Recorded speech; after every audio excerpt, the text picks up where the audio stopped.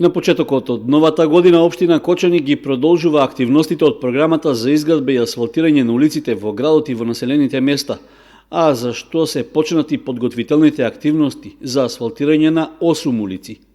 Според објавениот повик за избор на фирма што ќе ги реализира градежните работи, планирано е да бидат асфалтирани улиците Борис Ефтимов, Васил Главинов, 7 септември, Карпошово Востание, крак од улицата 9 мај, крак од улицата 565 во зоната лесна индустрија, дел од улицата Крум Вренински и источниот крак од улицата Искра.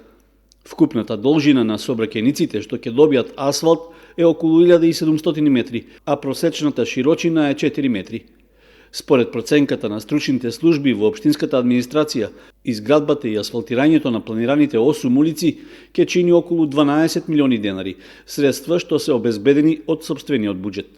При тоа, дел од улиците кај кои дозволуваат и просторните услови ќе добијат тротоари и приклучок на атмосферската канализација, а на улицата во индустријската зона ќе бидат изградени и потребните потпорни ѕидови.